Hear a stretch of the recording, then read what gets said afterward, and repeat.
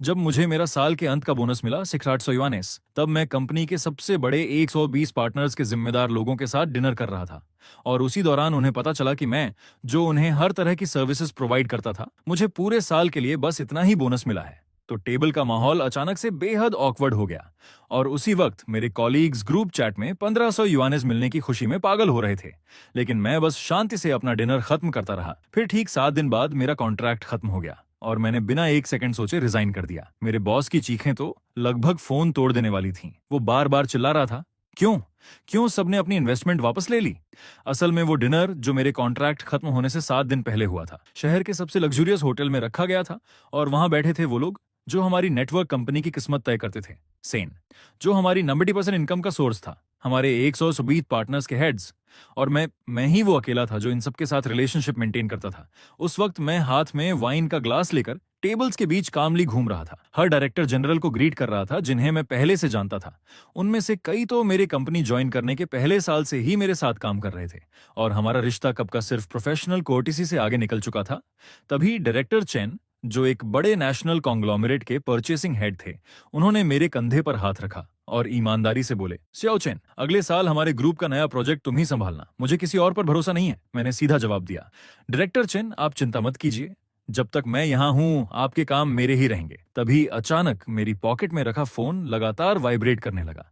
मैंने बहाना बनाया कि मुझे वॉशरूम जाना है, लेकिन कॉरिडोर के एक सुनसान कोने में जाकर मैंने WSAT ग्रुप चैट खोला। पूरा ग्रुप लाल रंग के लकी एनवलोप से भरा हुआ था और मैसेज भेजने वाली थी लीना, जो असल में मेरा काम ऑर्गेनाइज करके उसी पर अपना नाम डालती थी। वो लिख रही थी, मुझे भी 1500 मिले, इस साल कंपनी कमाल की है, डायरेक्टर सान की लंबी उम्र हो, मेहनत का फल मिल गया।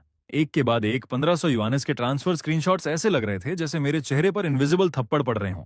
बिना किसी एक्सप्रेशन के मैंने उन चमकते लाल मैसेजेस को इग्नोर किया और अपना बैंकिंग ऐप खोला। वहां एक नया ट्रांसफर रिकॉर्ड चुपचाप पड़ा था। अमाउंट 6800, ना कोई डेसिमल ना कोई कंग्रेचुलेशंस, बस एक ठंडा सा नंबर, जैसे किसी इंटर्न की सैलरी हो। मैं करीब 10 सेकंड्स तक उस नंबर को देखता रहा। ना गुस्सा आया ना डिसअपॉइंटमेंट, बस दिल में बची आखिरी उम्मीद भी उसी पल बुझ गई, जैसे सिर्फ ठंडी राख बची हो। लेकिन मेन टेबल पर माहौल अब भी लाइवली था। मैंने फिर से अपनी प्रोफेशनल स्माइल पहन ली, जैसे कुछ हुआ ही नहीं। तभी मेरे पास बैठे डायरेक्टर चेन टोस्ट कर रहे थे और उनका एल्बो गलती से मेरे फोन से टकरा गया। स्क्रीन जल उठी और शायद 6800 का नंबर उनकी नजर में आ गया। उन्होंने हल्का सा भौं सिकोड़ते हुए ग्लास नीचे रखा और कैजुअली पूछा, शाओचेन, इस साल तुम्हारी कंपनी ने इतना अच्छा परफॉर्म किया है तो तुम्हारा ईयर एंड बोनस भी कम नहीं होगा, है ना? मैंने देखा तुम्हारे कॉलीग्स ग्रुप में खूब सेलिब्रेट कर रहे थे। मैंने सीधे उनकी आंखों में देखा और शांत आवाज में बस 2 शब्द कहे, 6800। और उसी पल वो शोर भरी मेन टेबल एक सेकंड के लिए बिल्कुल शांत हो गई, जैसे सारी आवाजें गायब हो गई हों। पास बैठे डायरेक्टर्स ने ये नंबर सुन लिया था। उनके एक्सप्रेशंस खुद एक कहानी थे, पहले शॉक, फिर डिसबिलीफ और फिर सीधी इंडिग्नेशन, क्योंकि वो सब दुनिया देखे हुए लोग थे। उन्हें साफ समझ आ गया कि जो इंसान पूरे साल बिना रुके उन्हें सर्विस देता रहा, जो कंपनी की 90% इनकम संभाल रहा था, उसे सिर्फ 6 युआनीस का बोनस मिला। जबकि ऑफिस में बैठे लोग, जिनके नाम तक उन्हें याद नहीं थे, 15,000 ले रहे थे। मतलब साफ था, माहौल तुरंत टेंस और अनकंफर्टेबल हो गया। लेकिन मैं ऐसे उठ खड़ा हुआ जैसे कुछ हुआ ही नहीं। ग्लास उठाकर हल्की सी स्माइल के साथ बोला, डायरेक्टर्स, इस पूरे साल आपके सपोर्ट के लिए धन्यवाद। ये टोस्ट आप सबके नाम। मैं तो इसे एक ही बार में खत्म करता हूँ, आप अपनी मर्जी से। इतना कहकर मैंने एक ही घूंट में पूरा ग्लास खत्म कर दिया। वो जलती हुई लिक्विड मेरी थ्रोट से नीचे उतरी, जैसे इन सालों की सारी थकान और सहनशीलता को जला देना चाहती हो। फिर मैंने खुद ही टॉपिक बदल दिया और अगले साल के मार्केट प्लान्स पर बात शुरू कर दी। अपने प्रोफेशनलिज्म से मैंने उस डिनर को फिर से नॉर्मल करने की कोशिश की। लेकिन क्लाइंट्स अब बार बार एक दूसरे की तरफ देख रहे थे। उनकी नजरों में कोई सिंपैथी नहीं थी, बल्कि एक अजीब सा डिटर्मिनेशन था। डिनर अचानक ही खत्म हो गया और मेहमान एक एक करके जाने लगे और आखिर में डायरेक्टर चेन सबसे आखिरी में बाहर निकले। जब वो मेरे पास से गुजर रहे थे तो अचानक रुक गए। उनकी आंखें, जो न जाने कितने लोगों को देख चुकी थीं, सीधे मेरी आंखों में गहराई से देखने लगीं और फिर उन्होंने धीमी आवाज में कहा, जो सिर्फ मैं ही सुन सकता था, स्याओ चेन, तुम्हारे साथ गलत हुआ है। ये जगह तुम्हारे एक भी ख्याल के लायक नहीं है। जब चाहो मुझसे कांटेक्ट करना। ये सुनकर मेरे सीने में हल्की सी गर्माहट उठी और मैंने गंभीरता से सिर हिलाया। धन्यवाद डायरेक्टर चेन। आखिरी गेस्ट को विदा करने के बाद मैं अकेला अपने खाली घर लौटा। लेकिन बाकी रातों की तरह मैंने कंप्यूटर खोलकर काम के मेल्स चेक नहीं किए, बल्कि खुद के लिए एक कप चाय बनाई। मुझे ना गुस्सा आ रहा था ना दुख, क्योंकि जब इंसान किसी चीज से पूरी तरह उम्मीद खो देता है तो इमोशंस भी एक बेकार लग्जरी लगने लगते हैं। मैंने कंप्यूटर खोला, लेकिन बोरिंग काम देखने के लिए नहीं, बल्कि एक नया डॉक्यूमेंट बनाने के लिए जिसका नाम रखा हैंड ओवर लिस्ट। फिर मैंने सिस्टमेटिकली हर टास्क का प्रोसेस, हर क्लाइंट की इन्फॉर्मेशन और हर प्रोजेक्ट की बेसिक स्ट्रक्चर डिटेल में लिखना शुरू किया। मेरा दिमाग डराने वाली हद तक क्लियर था। फिर मैंने दीवार पर लगे कैलेंडर की तरफ देखा, जहां 7 दिन बाद की तारीख को लाल सर्कल से मार्क किया गया था और उसके बगल में 4 शब्द लिखे थे, फिंदेल कॉन्ट्राटो। मेरी नजर शांत और ठोस थी, बिल्कुल एक ऐसे जनरल की तरह जो न्यूक्लियर बटन दबाने वाला हो। आखिर में मैंने अपना फोन उठाया और WC पर उस हेड हंटर का कॉन्टैक्ट ढूंढा जिसे मैंने 1 महीने पहले ऐड किया था। तब उसने मुझसे पूछा था कि क्या मैं जॉब बदलने का सोच रहा हूं, और मैंने जवाब दिया था कि फिलहाल मैं स्टेबल हूं। लेकिन अब मैंने वो पुराना मैसेज डिलीट किया और 3 नए शब्द लिखे, अब बात कर सकते हैं। काउंटडाउन शुरू हो चुका था। कॉन्ट्रैक्ट खत्म होने में 6 दिन बाकी थे। जैसे ही मैं ऑफिस में घुसा, एकदम से खुशी और एक्साइटमेंट की लहर मुझसे टकराई। हर कोई बड़ी रकम मिलने की खुशी में पागल था। कोई यूरोप ट्रिप की बात कर रहा था तो कोई नई कार लेने की। लीना ने नए चमकदार रेड हील्स पहन रखे थे और हाथ में एक लग्जरी ब्रांड का बड़ा सा बैग था जो दूर से ही चमक रहा था। वो जानबूझकर मेरे डेस्क के पास आकर रुकी। उसने बैग को मेरी टेबल के कोने पर ऐसे रखा जैसे गलती से रख दिया हो, और फिर एग्जैजरेटेड अंदाज में शिकायत करने लगी कि उसने कल इंपल्सिवली खरीद लिया और ये बैग उतना भी अच्छा नहीं है। फिर उसने कहा, ओह चेन किंग, तुम क्या सोचते हो? मैंने सिर तक नहीं उठाया। मेरी नजर स्क्रीन पर खुले हैंड ओवर डॉक्यूमेंट पर ही टिकी रही और मैंने ठंडे लहजे में जवाब दिया, ठीक है। एक पल के लिए लीना की स्माइल जम गई। फिर उसने आवाज ऊंची करके बाकी लोगों को बुलाया, गर्ल्स, इस साल की हमारी बड़ी कमाई सेलिब्रेट करने के लिए मैं सबको बबल टी पिलाती हूँ, जो चाहो ऑर्डर करो। पूरी ऑफिस तालियों और चीयर से गूंज उठी। सब लोग उसके आसपास इकट्ठा होकर फोन से ऑर्डर देने लगे। हंसी और बातें पूरे माहौल में भर गईं। छोटी सी ऑफिस एक मार्केट जैसी लगने लगी। शुरू से लेकर अंत तक किसी ने मुझसे एक बार भी नहीं पूछा, तुम कुछ लोगे? जैसे मैं इनविजिबल था। इस सेलिब्रेशन से अपने आप अलग कर दिया गया था जिसका मुझसे कोई लेना देना नहीं था। दोपहर 3 बजे बॉस संगवाई अपनी वही बियर बेली और लाल चेहरे के साथ ऑफिस में आया। उसने ताली बजाई और सब शांत होकर उसे देखने लगे जैसे कोई हीरो हो। उसने जोरदार आवाज में कहा, इस साल हमारी कंपनी ने अनप्रेसिडेंटेड रिजल्ट्स हासिल किए हैं। ये आप सबकी मेहनत के बिना संभव नहीं था। उसकी नजर लीना और बाकी हाई बोनस पाने वालों पर गई और वो अप्रूविंग स्माइल के साथ बोला, मैं हमेशा कहता हूं, संके में हम मेहनती लोगों के साथ कभी बुरा नहीं करते। मेहनत करोगे तो कंपनी जरूर नोटिस करेगी। अगले साल भी ऐसे ही मेहनत करना, हम बोनस डबल कर देंगे। वो बड़े उत्साह से एक ब्राइट फ्यूचर पेंट कर रहा था, लेकिन उसकी चालाक आंखें जैसे जानबूझकर मेरी तरफ देखने से बच रही थीं। जैसे मैं, जो 90% इनकम जनरेट करता था, मेहनती लोगों में आता ही नहीं हूं। स्पीच खत्म होने के बाद उसने मुझे इशारा किया। मैं शांतिपूर्वक उठा और उसके पीछे चल दिया। जैसे ही ऑफिस का दरवाजा बंद हुआ, उसके चेहरे की स्माइल थोड़ी फीकी पड़ गई और उसकी जगह एक पैटर्नलिस्टिक एक्सप्रेशन आ गया। उसने कहा, चिंचिंग, इस साल की बात को इतना दिल पर मत लो। मुझे पता है तुम्हारा कंट्रीब्यूशन बहुत बड़ा है, कंपनी सब देखती है। मैं बस अपना पानी का गिलास पकड़े चुपचाप उसकी एक्टिंग सुनता रहा। फिर वो बोला, लेकिन तुम्हें समझना होगा, तुम्हारी सक्सेस काफी हद तक कंपनी के प्लेटफॉर्म की वजह से है। सांके के गोल्डन ब्रांड के बिना वो बड़े क्लाइंट्स तुम्हें कैसे जानते? लीना और बाकी लोग भले तुम्हारी तरह बिजनेस में स्किल्ड ना हो, लेकिन उन्होंने इंटरनल कोऑर्डिनेशन और प्रोसेस मैनेजमेंट में बहुत मेहनत की है। फिर उसने अपने यूजुअल टोन में समझाना शुरू किया कि इस साल मेरा बोनस थोड़ा कम है, लेकिन ये एक कॉम्प्रिहेंसिव इवैल्यूएशन का रिजल्ट है। उसने मुझे सलाह दी कि मैं अभी जवान हूं, मुझे लॉन्ग टर्म विजन रखना चाहिए, और अगर मैं इसी तरह काम करता रहा तो अगले साल मेरा रेड एनवलप सबसे बड़ा होगा। मैंने सिर हिलाया और उतनी ही ग्रेटिट्यूड दिखाई जितनी जरूरी थी। फिर शांत आवाज में कहा, समझ गया डायरेक्टर संग, मैं और मेहनत करूंगा। संगवाय साफ तौर पर मेरी आज्ञाकारिता से खुश हो गया। जैसे ही मैं उसके ऑफिस से बाहर निकला, उसे लगा कि उसने अपने सबसे आज्ञाकारी काम के बैल को पूरी तरह काबू में कर लिया है। ब्रेक रूम से लीना और बाकी कोलीग्स की हल्की हल्की हंसी मेरे कानों में पड़ी, लेकिन बिना कोई एक्सप्रेशन बदले मैं सीधा अपने सीट पर लौट आया। उनकी जहरीली बातें अब मेरे लिए बस मक्खियों की भिनभिनाहट जैसी थीं, जो मेरे दिल में जरा सा भी असर नहीं डाल सकती थीं। मैंने एक एनक्रिप्टेड फोल्डर खोला। उसके अंदर 50 पेजेस का एक डॉक्यूमेंट था जिसका टाइटल था manual para el mantenimiento profundo de relaciones con clientes clave।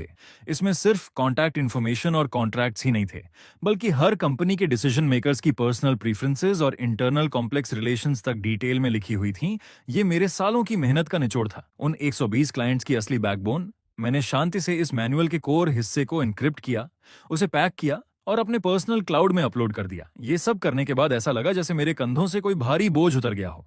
तभी संगवाई अपने ऑफिस से बाहर आया और एक्साइटेड होकर बोला, गुड न्यूज, हमने एक और नया प्रोजेक्ट जीत लिया है। क्लाइंट ने स्पेसिफिकली हमारे स्ट्रॉन्गेस्ट मेंबर चेनकिंग को रिक्वेस्ट किया है। ये प्रोजेक्ट तुम्हारा है। सारी नजरें मेरी तरफ घूम गईं। कुछ में जलन थी, कुछ में छुपी हुई खुशी। मैंने सिर उठाया, संगवाई के कॉन्फिडेंट चेहरे को देखा और पहली बार उसे सीधे मना कर दिया। सॉरी डायरेक्टर संग, मेरा कॉन्ट्रैक्ट 7 दिन में खत्म हो रहा है। मैं इस प्रोजेक्ट की कंटिन्यूटी गारंटी नहीं कर सकता। क्लाइंट की रिस्पॉन्सिबिलिटी के लिए बेहतर होगा आप किसी और को ढूंढ लें। पूरी ऑफिस में एकदम कब्र जैसा सन्नाटा छा गया। काउंटडाउन शुरू था, 5 दिन बाकी। तभी उस खामोशी को एक फोन की तेज रिंगिंग ने तोड़ा। ये कंपनी का सबसे बड़ा और पुराना क्लाइंट था। वॉशिंग ग्रुप का सिस्टम अचानक क्रैश हो गया था, जिससे उनकी पूरी प्रोडक्शन लाइन रुक गई थी। वहां के टेक्निकल डिपार्टमेंट ने 2 घंटे इमरजेंसी इंस्पेक्शन किया, लेकिन कुछ नहीं मिला। नॉमिनल क्लाइंट इंचार्ज होने के बावजूद लीना को टेक्निकल डायरेक्टर ने फोन पर बुरी तरह डांटा और वो बस बार बार यही कहती रही, हम इस पर काम कर रहे हैं। उसे खुद कुछ नहीं पता था। आखिरकार वॉशिंग की कॉल सीधे बॉस संगवाई के पास आई। दूसरी तरफ से ठंडी आवाज में अल्टीमेटम दिया गया कि मुझे स्पेसिफिकली इस प्रॉब्लम को फिक्स करना होगा और अगर 2 घंटे में सॉल्व नहीं हुआ तो वो ना सिर्फ कोलैबोरेशन खत्म करेंगे बल्कि लीगल एक्शन भी लेंगे। ये सुनते ही संगवाई का चेहरा पीला पड़ गया, क्योंकि वॉशिंग का प्रोजेक्ट कंपनी की एनुअल इनकम का लगभग 20% था। उसे खोना मतलब लाइफलाइन खो देना। वो घबराहट में पसीना पसीना हो गया और अपना सारा ईगो भूलकर सीधे मेरे डेस्क की तरफ दौड़ा। उसकी आवाज में पहली बार विनम्रता थी। चेंचिंग, वॉशिंग के सिस्टम में प्रॉब्लम है, प्लीज तुरंत संभाल लो। पूरी ऑफिस इस सीन को जटिल नजरों से देख रही थी। मैंने ना कोई कंडीशन रखी, ना एटीट्यूड दिखाया, बस शांति से अपना लैपटॉप बंद किया, हेडफोन्स पहने और रिमोटली वॉशिंग के सर्वर से कनेक्ट हो गया। संगवाई और टेक्निकल टीम मेरे आसपास खड़े थे। इतनी चुप्पी कि कोई जोर से सांस लेने की भी हिम्मत नहीं कर रहा था। लीना सबसे बाहर खड़ी थी। उसका चेहरा पीला और बैंगनी के बीच बदल रहा था। उसकी नजरों में जलन साफ दिख रही थी। मेरी स्क्रीन पर कोड की लाइंस तेजी से दौड़ रही थीं। अपने 5 साल के एक्सपीरियंस के आधार पर मैंने पहले ही सिस्टम अपडेट करते वक्त पोटेंशियल वल्नरेबिलिटीज का अंदाजा लगा लिया था, इसलिए मैंने तुरंत प्रॉब्लम की जड़ पकड़ ली। टेक्निकल स्टाफ सिस्टम की पूरी आर्किटेक्चर समझ नहीं पाया था, इसलिए वो इस पॉइंट तक पहुंच ही नहीं सके। मेरी उंगलियां कीबोर्ड पर उड़ रही थीं। कोड फिक्स करना, सर्विसेज रीस्टार्ट करना, कैश क्लियर करना, सब कुछ एक स्मूथ फ्लो में चल रहा था। ठीक 1 घंटे बाद मैंने हेडफोन्स उतारे और संगवाई से कहा, हो गया। उसी समय मेरा फोन बज उठा। दूसरी तरफ वॉशिंग के टेक्निकल डायरेक्टर खुद थे। चेंचिंग, बहुत बहुत धन्यवाद, तुम हमारे सेवियर हो। प्रोडक्शन लाइन फिर से चालू हो गई है। उसने राहत की सांस ली, फिर आवाज थोड़ा बदलते हुए बोला, सच कहूं तो तुम्हारे जैसे मास्टर का मेकर जैसी कंपनी में होना टैलेंट की बर्बादी है। ऐसी कंपनी इसके लायक ही नहीं है। मैं हल्का सा मुस्कुराया। क्राइसिस सॉल्व होने के बाद संगवाई ने लंबी राहत की सांस ली, लेकिन इस बार उसकी नजरों में ग्रैटिट्यूड नहीं था, बल्कि डर और असंतोष साफ दिख रहा था। उसे एहसास हो गया था कि जिसे वो हमेशा अपनी मर्जी से दबाता आया है, उसके अंदर कुछ ऐसा है जिसे वो बिल्कुल कंट्रोल नहीं कर सकता। ये देखकर लीना तुरंत उसके पास गई और धीरे से उसके कान में बोली, बॉस संग, ये जानबूझकर अपनी स्किल्स छुपा रहा था, बस इस मौके का इंतजार कर रहा था ताकि कंपनी के सामने खुद को दिखा सके और आपसे अपनी कंडीशंस निगोशिएट कर सके। ये बात सीधे संगवाई के दिमाग में बैठ गई। वो ये मानना ज्यादा पसंद करता था कि उसका एम्प्लॉई उसे मैनिपुलेट कर रहा है, बजाय इसके कि वो ये स्वीकार करे कि उसकी खुद की मैनेजमेंट और जजमेंट कमजोर है। उसने मुझे देखा और उसका एक्सप्रेशन और भी ज्यादा कॉशियस हो गया, लेकिन मुझे उसके इंटरनल ड्रामा से कोई मतलब नहीं था। क्राइसिस खत्म हो चुकी थी, मेरा काम पूरा हो चुका था। मैंने डॉक्यूमेंट्स का एक बंडल प्रिंट किया, उसके डेस्क तक गया और धीरे से रख दिया। बॉस संग, ये मेरी वर्क हैंडओवर लिस्ट है, कृपया इसे रिव्यू कर लीजिए और किसी को असाइन कर दीजिए। संगवाई ने लापरवाही से उसे उठाकर पलटना शुरू किया। उसमें बस 120 क्लाइंट्स के कंपनी नेम्स, स्टैंडर्ड कॉन्ट्रैक्ट्स और पब्लिक कॉन्टैक्ट इन्फॉर्मेशन थी, लेकिन असली चीजें जो एक्सपीरियंस और पर्सनल रिलेशंस पर डिपेंड करती थीं, जैसे मेंटेनेंस मैनुअल्स, की रिलेशनशिप डायग्राम्स और कम्युनिकेशन स्किल्स, उनमें से कुछ भी नहीं था। प्रोसीजर के हिसाब से ये एक परफेक्ट हैंडओवर लिस्ट थी, लेकिन प्रैक्टिकली पूरी तरह बेकार। कॉन्ट्रैक्ट खत्म होने से पहले के आखिरी 4 दिनों में संगवाई ने आखिरकार लीना को मेरा काम लेने के लिए असाइन कर दिया। शायद ये उसका पावर शो करने का तरीका था, जैसे वो कहना चाहता हो, देखा, तुम्हारा सबसे इंपॉर्टेंट काम भी मेरा पसंदीदा एम्प्लॉई आसानी से संभाल सकता है।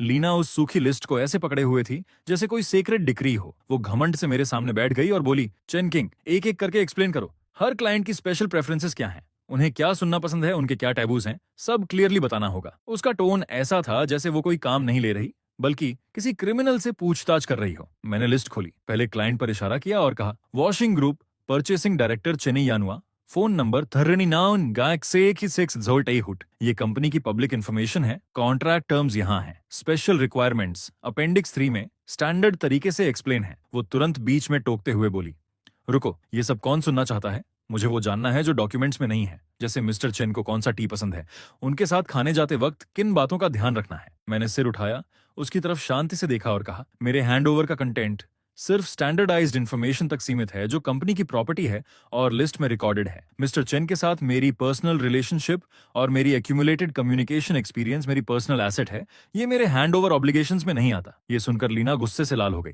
तुम कोऑपरेट नहीं कर रहे हो चेन किंग। ये मत समझना कि तुम जा रहे हो तो तुम बहुत बड़े हो। उसकी आवाज तेज और कर्कश हो गई, जो शांत ऑफिस में और भी चुभ रही थी। मैं अपनी चेयर पर पीछे झुक गया और पहली बार उसे ध्यान से देखा। वो सबके सामने बिना छुपाए अपना एग्रेशन दिखा रही थी। मैंने कहा, जो हैंड ओवर डॉक्यूमेंट मैंने लिखा है उसमें कौन सी लाइन तुम्हें समझ नहीं आई, या फिर तुम्हारी प्रोफेशनल कैपेबिलिटी इतनी नहीं है कि ये बेसिक क्लाइंट डॉक्यूमेंट समझ सको? ये एक ही वाक्य सीधे लीना की सबसे बड़ी कमजोरी पर लगा। उसका चेहरा तुरंत पीला पड़ गया, होंठ कांपने लगे, लेकिन वो एक शब्द भी जवाब नहीं दे पाई। आसपास के कोलीग्स धीरे धीरे फुसफुसाने लगे।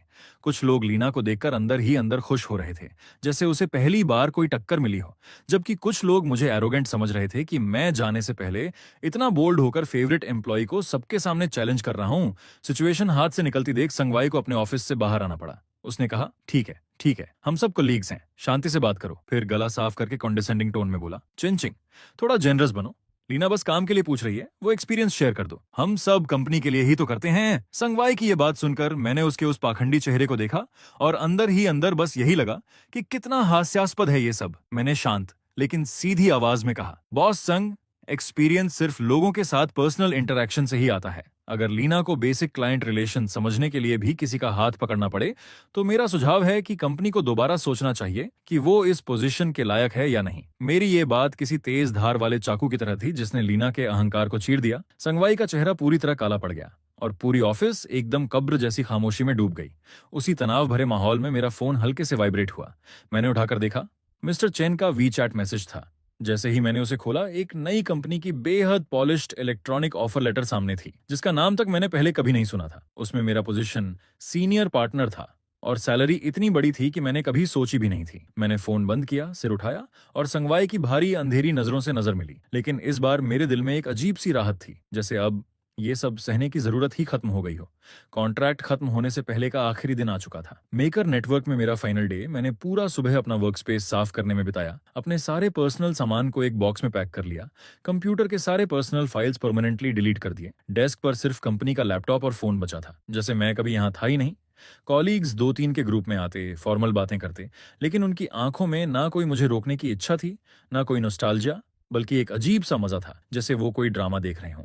उनके हिसाब से मैं बस एक टेक नर्ड था जो कंपनी के प्लेटफॉर्म के बिना कुछ भी नहीं था, और जल्द ही सोसाइटी मुझे कुचल देगी। तब मैं मेकर के दिनों को याद करूंगा। लीना तो बिल्कुल भी अपना तिरस्कार छुपा नहीं रही थी। वो मेरे पास खड़ी होकर हाथ बांधकर सार्कास्टिक अंदाज में बोली, वाह, लगता है किसी को पंख लग गए हैं। आगे जब मेकर जैसा प्लेटफॉर्म नहीं होगा तब देखेंगे क्लाइंट्स के सामने इतनी एरोगेंस कैसे दिखाते हो। मैंने उसकी तरफ देखा तक नहीं, बस हल्की सी मुस्कान के साथ आखिरी फाइल भी परमानेंटली डिलीट कर दी। दोपहर में संगवाई ने मुझे आखिरी बातचीत के लिए बुलाया। अपनी बड़ी बॉस वाली कुर्सी पर बैठकर उसने कॉन्डिसेंडिंग टोन में कहा, चेन किंग, इस बार तुमने ठीक बिहेव नहीं किया, लेकिन इतने सालों की मेहनत को देखते हुए मैं इसे नजरअंदाज कर देता हूँ। कंपनी के दरवाजे तुम्हारे लिए हमेशा खुले रहेंगे, बस उस समय सैलरी फिर से नेगोशिएट करनी होगी। शायद उसे लगा ये मेरे लिए सबसे बड़ा एहसान है। मैंने शालीनता से मुस्कुराकर धीरे से कहा, बॉस संग, उम्मीद करता हूँ कि मेरे जाने के बाद भी आप मुस्कुरा पाएंगे। शाम के 5:15 बज चुके थे, जाने का समय हो गया था। मैंने अपना कार्टन बॉक्स उठाया और आखिरी बार अटेंडेंस मशीन पर अपनी फिंगरप्रिंट लगाई, बिना किसी को अलविदा कहे, बिना एक बार भी पीछे मुड़े।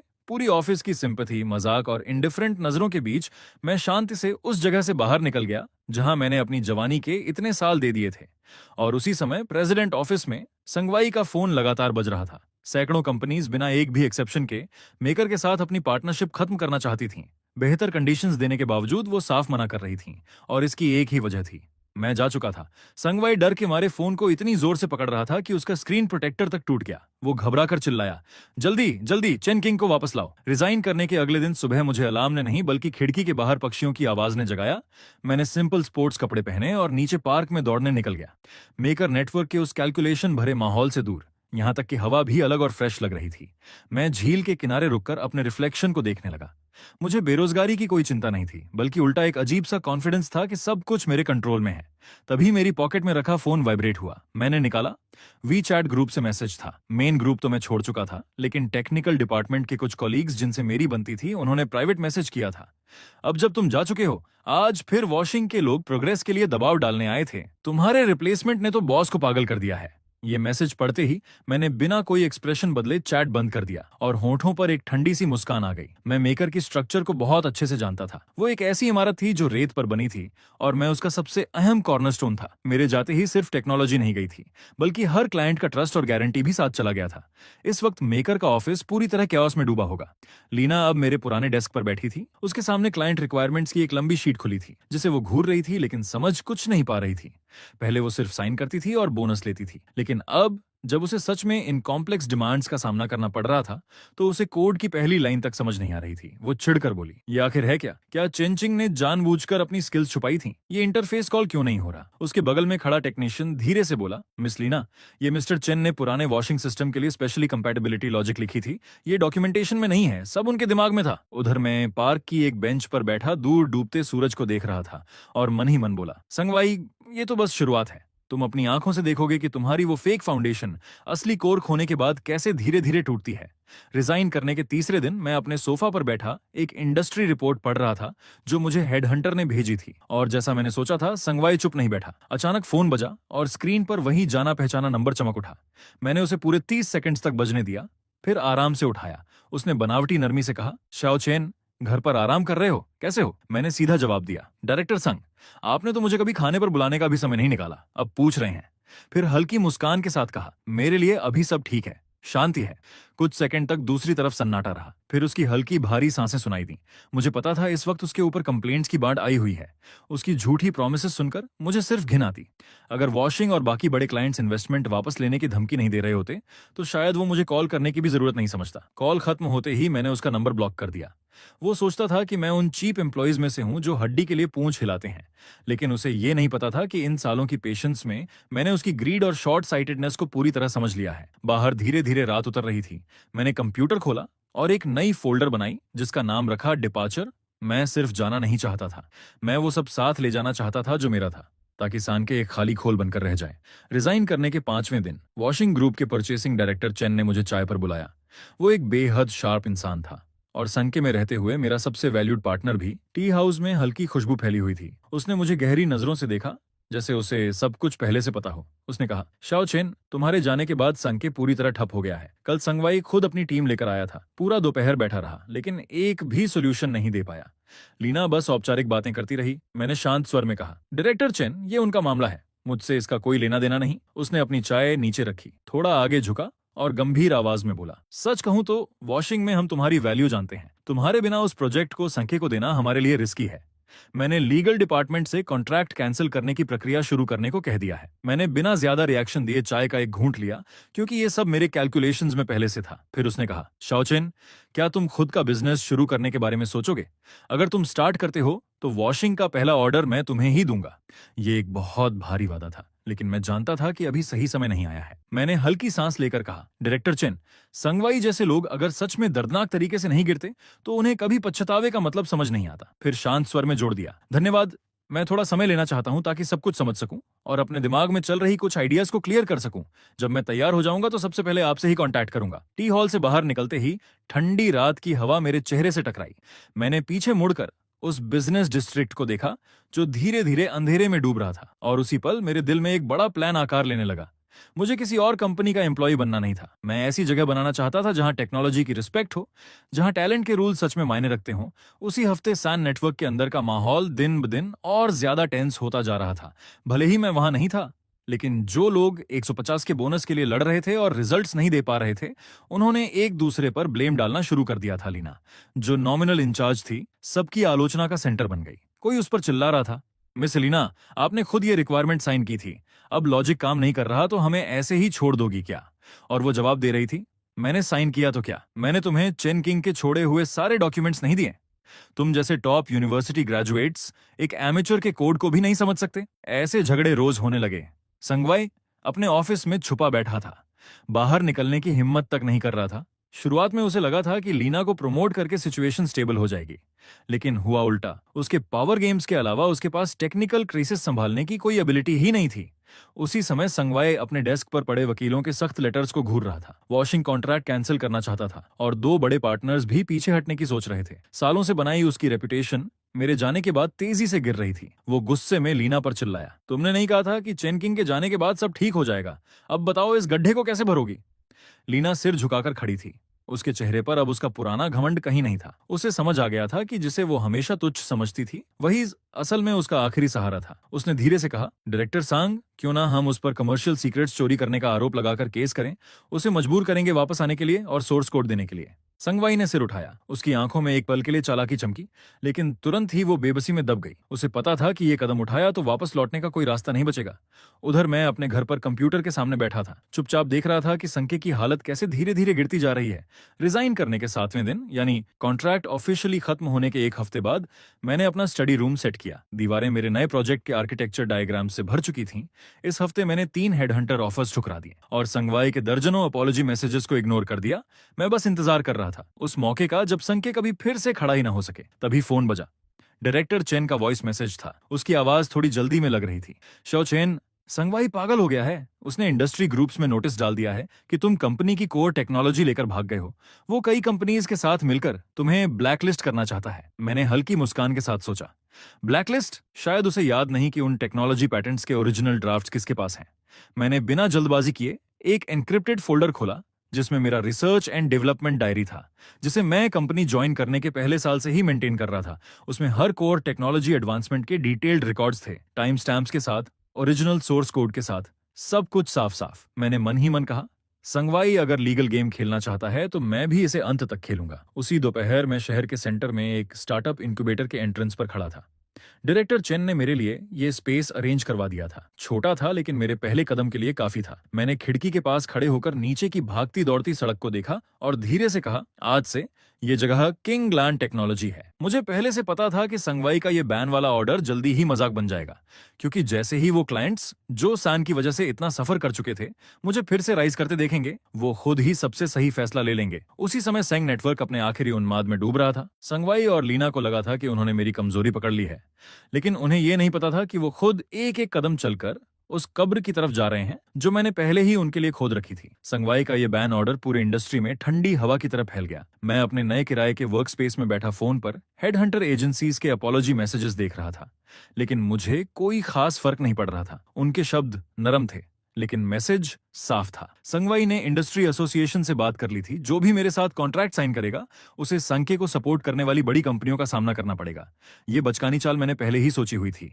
मैंने फोन बंद किया और व्हाइट बोर्ड पर नए सिस्टम की कोर लॉजिक ड्रॉ करने लगा। तभी दरवाजे के बाहर हल्के कदमों की आवाज आई। वो शाओवांग था जो पहले मेरे साथ टेक्निकल डिपार्टमेंट में काम करता था। उसने आते ही कहा, चेन, मैंने रिजाइन कर दिया। मैंने उसे बैठने का इशारा किया और पूछा, कौन रेजिग्नेशन प्रोसेस पूरा हो गया? संगवाई ने परेशान तो नहीं किया। उसने सिर हिलाया। उसकी आंखें थोड़ी लाल थीं। अब कंपनी में हर कोई डर के माहौल में जी रहा है।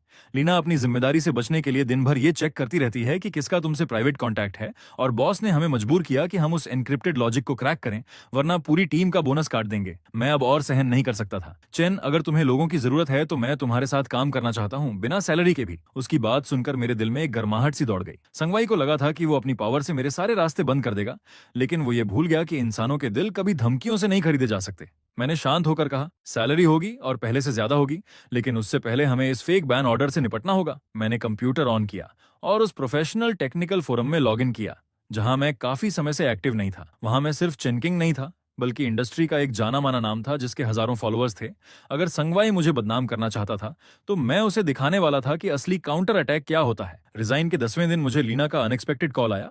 उसकी आवाज अजीब तरह से नरम थी। वो मिलना चाहती थी और कह रही थी कि कंपनी की तरफ से माफी मांगना चाहती है। मुझे पता था ये ट्रैप है, फिर भी मैं गया, क्योंकि मैं देखना चाहता था कि इस बार संगवाई कौन सा नया खेल खेलने वाला है। रेस्टोरेंट के प्राइवेट रूम में लीना बहुत सजी धजी थी और टेबल महंगे खाने से भरी हुई थी। जैसे ही मैं अंदर गया वो करीब आई और मेरा हाथ पकड़ने लगी। चेन किंग, पहले मैं ही चीजों को समझ नहीं पाई। तुम दिल पर मत लेना। डायरेक्टर सांग ने कहा है कि अगर तुम सिस्टम का टेक्निकल ऑथराइजेशन प्लान दे दो तो रुकी हुई कोलैबोरेशन तुरंत वापस शुरू हो जाएगी और कंपनी तुम्हें एक्स्ट्रा कंसल्टेंसी फी भी देगी। मैंने उसे सीधा देखा और कहा, लीना, क्या तुम खुद अपनी बातों पर यकीन करती हो? ये कोड मेरी इंटेलेक्चुअल प्रॉपर्टी है। ये कॉन्ट्रैक्ट में साफ लिखा था। उसकी स्माइल थोड़ी खींच गई और उसकी आंखों में अचानक गहरी चालाकी आ गई। उसने अपने बैग से एक रिकॉर्डर निकाला और जोर से टेबल पर पटका। चेन किंग, जिद मत करो। डायरेक्टर सांग ने एक्सपर्ट से बात कर ली है। अगर तुम आज नहीं माने तो हम तुम पर यह आरोप लगाएंगे कि तुमने रिजाइन करने से पहले जानबूझकर सिस्टम में वायरस डाला था। इस रिकॉर्डर में तुम्हारी कन्फेशन है। उसकी ये कॉन्फिडेंस देखकर मुझे हंसी आ गई। शायद उसे ये नहीं पता था कि मैं कमरे में घुसते ही अपना phone real time cloud recording पर डाल चुका हूं। मैंने शांत होकर कहा, अच्छा है, क्योंकि मैं भी चाहता हूं कि जज ये सुने कि तुम मुझे मेरी इंटेलेक्चुअल प्रॉपर्टी छोड़ने के लिए मजबूर कर रही हो। मैं बिना खाना देखे उठ गया। पीछे लीना गुस्से में चिल्ला रही थी, लेकिन मैं पहले ही सोच रहा था कि इस धमकी को कैसे यूज करके संके को एक बड़ा लीगल झटका दूं। उसी दौरान मुझे एक और बड़ी खबर मिली। संके सिटी स्मार्ट प्रोजेक्ट के टेंडर के लिए तैयारी कर रहा था। ये उनका आखिरी सहारा था। इस कॉन्ट्रैक्ट को जीतने के लिए संगवाई ने सब कुछ दांव पर लगा दिया था। यहां तक कि उसने मेरे पुराने रिसर्च अचीवमेंट्स को भी प्रपोजल में शामिल कर लिया। शाओवांग मेरे सामने बैठा टेंशन में बोला, चेन, अगर वो बस तुम्हारे प्लान को थोड़ा बदलकर अपना बनाकर पेश कर दें तो हम क्या करेंगे? हमारी कोई रेपुटेशन नहीं है। अपनी इनोसेंस साबित करना मुश्किल होगा। शाओवांग की बात सुनकर मैंने बिना घबराए जवाब दिया, चिंता मत करो। उस प्लान में मैंने सिर्फ लॉजिक नहीं छोड़ी थी।